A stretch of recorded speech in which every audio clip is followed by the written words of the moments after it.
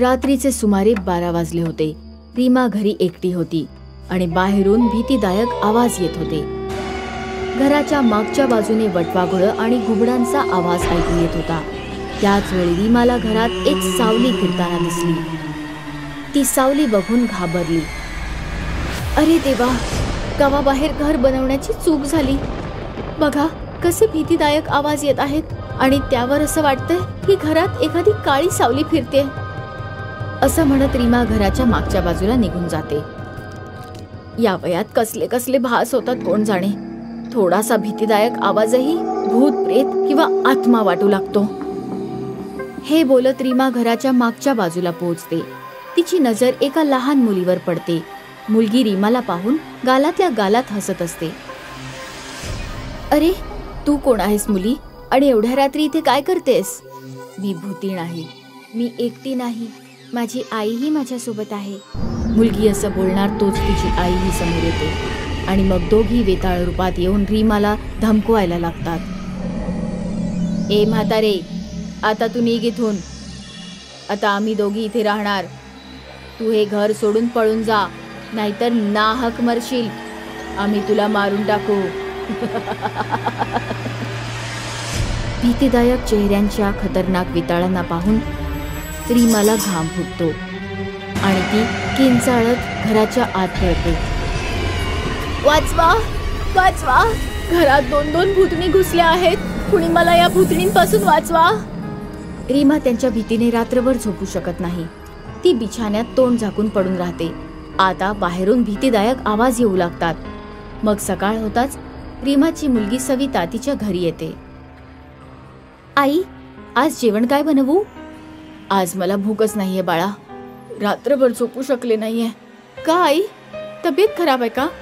सविताने विचारल्यावर रीमा तिला रात्रीची पूर्ण घटना सांगते आणि आश्चर्यचकित होऊन बोलते. आश्चर्याची गोष्ट ही आहे मुली की आधी या घरात काहीच त्रास नाही झाला. 40 वर्ष या घरात राहिले आहे आणि कधी कोणत्याही प्रेतात्म्यालाच काय तर त्यांच्या सावलीलाही पाहिलं नाही. मग आता माहित नाही कुठून. त्या वेताळणी तुमच्या मनाचा खेळही असू शकतात आई. तो भास नाही, सत्य आहे मुली. कुठून आल्या मरायला कळत नाही. रीमाचं हे बोलणं ऐकून सवितालाही त्या गोष्टीत काही तथ्य वाटू लागतं आणि ती त्या रात्री आपल्या आई बरोबरच थांबते. पुन्हा मध्यरात्रीच्या सुमारास त्यांना भीतीदायक आवाज येऊ लागतात. त्यासोबत घरात काळ्या सावल्या फिरताना दिसू लागतात. अगं आई, घरात नक्की वाईट आत्मा घुसले.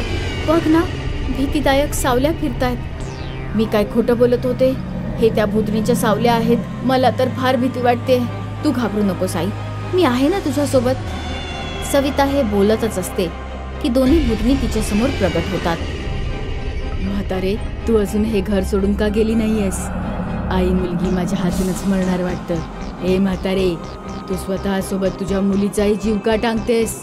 हे आमचं घर आहे आणि या घरातून आम्हाला नाही, तुम्हाला पळावं लागेल, समजलीस?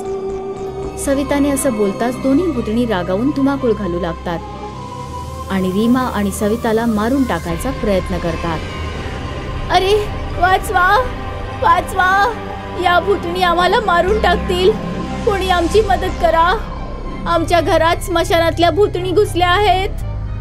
जेव्हा रीमा आणि सविता ओरडू लागतात तेव्हा घराबाहेरून कुत्र्यांच्या भुंकण्याचा आवाज येऊ लागतो आणि त्यानंतर काही वेळाने दरवाजावर सरपंच आणि त्यांचा नोकर येतो.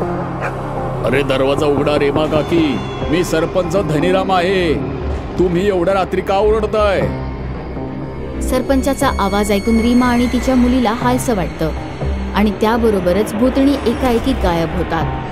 सविता धावतच दरवाजा उघडते आणि मग सरपंच आपल्या नोकरासोबत आत येतो. काकी, एवढं काय झालंय की तुम्ही दोघी अशा प्रकारे ओरडत होतात? काय सांगू सरपंचजी, आमच्या घरात 2 भूतणी घुसल्या आहेत आणि त्या आम्हाला रोज रात्री खूप त्रास देतात. भूतणी? पण भूतणींना तुमच्याकडून काय हवंय? त्यांना हे घर हवंय. म्हणतात की मी हे घर सोडून निघून जाऊ आणि या घरात आता त्या राहणार.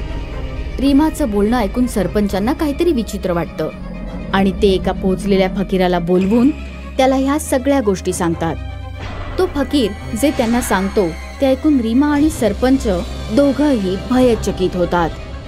रीमा काकीच्या घरात खरंच 2 भूतणी फिरत आहेत, पण त्या आपल्या मर्जीने इथे आलेल्या नाही. त्यांना इथून आणून सोडण्यात आलेलं आहे. पण रीमा काकीच्या घरात कोणी भूतणी का सोडणार? कोणाचं यांच्याशी काय वैर आहे? वैर तर त्यांच्याशी कोणाचंही नाहीये, पण कोणीतरी यांचं घर आणि घराच्या मागची बाग बळकावू इच्छितो, आणि तो कोणीतरी तांत्रिक आहे. तांत्रिकाचं नाव ऐकून रीमाला काहीतरी आठवायला लागतं. हो, शेजारच्या गावाच्या एका तांत्रिकाला माझं घर विकत घ्यायचंय आणि कितीतरी वेळा माझ्याकडे तो आलाय. गेल्या वेळी तर तो मला धमकी देऊन गेला होता. काय धमकी देऊन गेला होता काकी? हेच की तू मला हे घर विकलं नाहीस तर याला मी स्मशान बनवून टाकीन.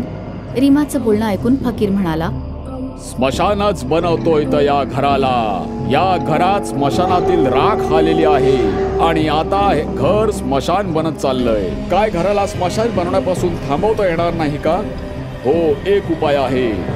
मी स्मशानातील राख शोधून तुम्हाला देतो आणि मग रात्री 12 वाजता ती राख तुम्हा सगळ्यांना स्मशानात फेकून यावं लागेल.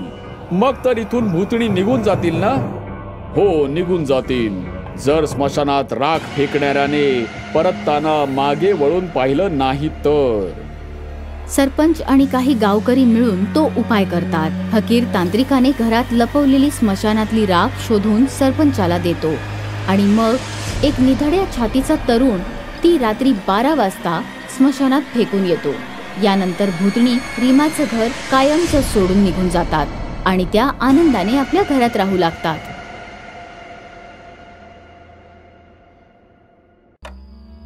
रात्रीचे सुमारे 12 वाजले होते. रीमा घरी एकटी होती आणि बाहेरून भीतीदायक आवाज येत होते. घराच्या मागच्या बाजूने वटवाघुळं आणि घुबडांचा आवाज ऐकू येत होता. त्याच वेळी रीमाला घरात एक सावली फिरताना दिसली. ती सावली बघून घाबरली. अरे देवा, गावाबाहेर घर बनवण्याची चूक झाली. बघा कसे भीतीदायक आवाज येत आहेत आणि त्यावर असं वाटतंय की घरात एखादी काळी सावली फिरते. असं म्हणत रीमा घराच्या मागच्या बाजूला निघून जाते. या वयात कसले कसले भास होतात कोण जाणे. थोडासा भीतीदायक आवाजही भूत प्रेत किंवा आत्मा वाटू लागतो. हे बोलत रीमा घराच्या मागच्या बाजूला पोहोचते. तिची नजर एका लहान मुलीवर पडते. मुलगी रीमाला पाहून गालातल्या गालात हसत असते. अरे, तू कोण आहेस मुली? आणि एवढ्या रात्री इथे काय करतेस? मी भूतीण आहे.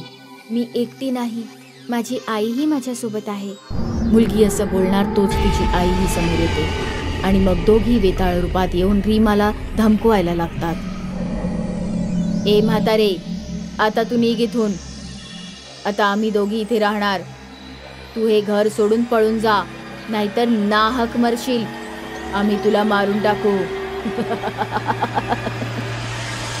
भीतीदायक चेहऱ्यांच्या खतरनाक विताळांना पाहून रीमाला घाम फुटतो आणि ती किंचाळत घराच्या आत पळते.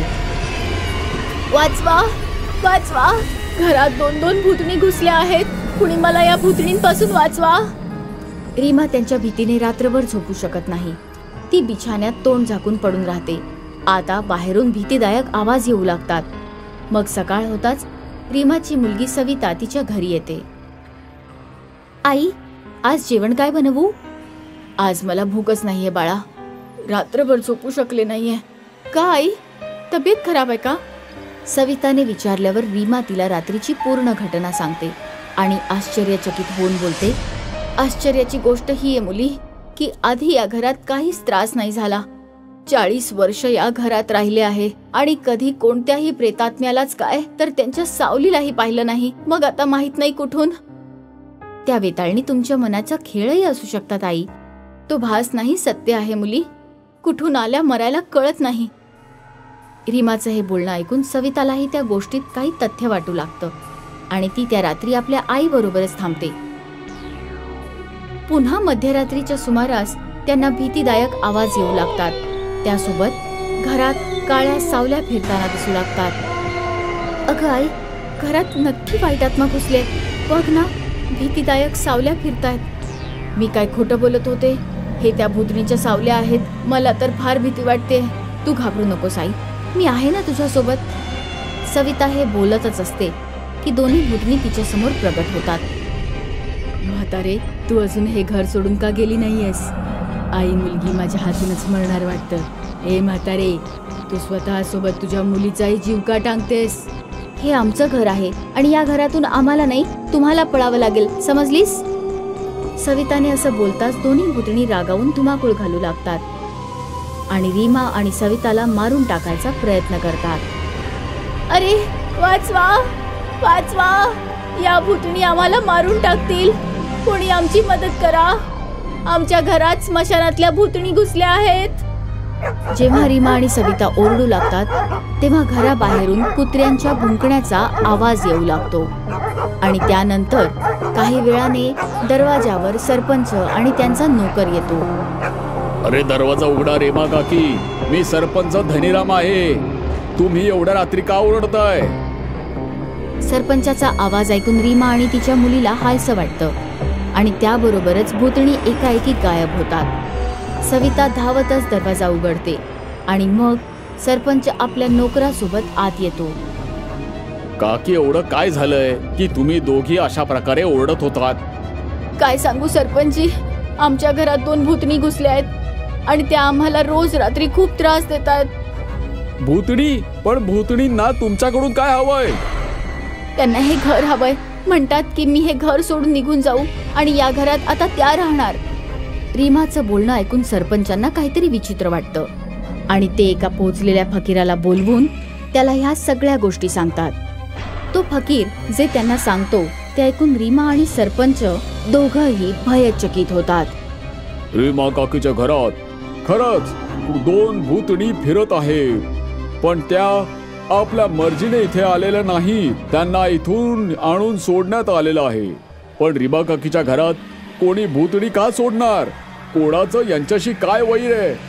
वैर तर त्यांच्याशी कोणाचंही नाहीये, पण कोणीतरी यांचं घर आणि घराच्या मागची बाग बळकावू इच्छितो आणि तो कोणीतरी तांत्रिक आहे. तांत्रिकाचं नाव ऐकून रीमाला काहीतरी आठवायला लागतं. हो, शेजारच्या गावाच्या एका तांत्रिकाला माझं घर विकत घ्यायचंय आणि कितीतरी वेळा माझ्याकडे तो आलाय. गेल्या वेळी तर तो मला धमकी देऊन गेला होता. काय धमकी देऊन गेला होता काकी? हेच की तू मला हे घर विकलं नाहीस तर याला मी स्मशान बनवून टाकीन.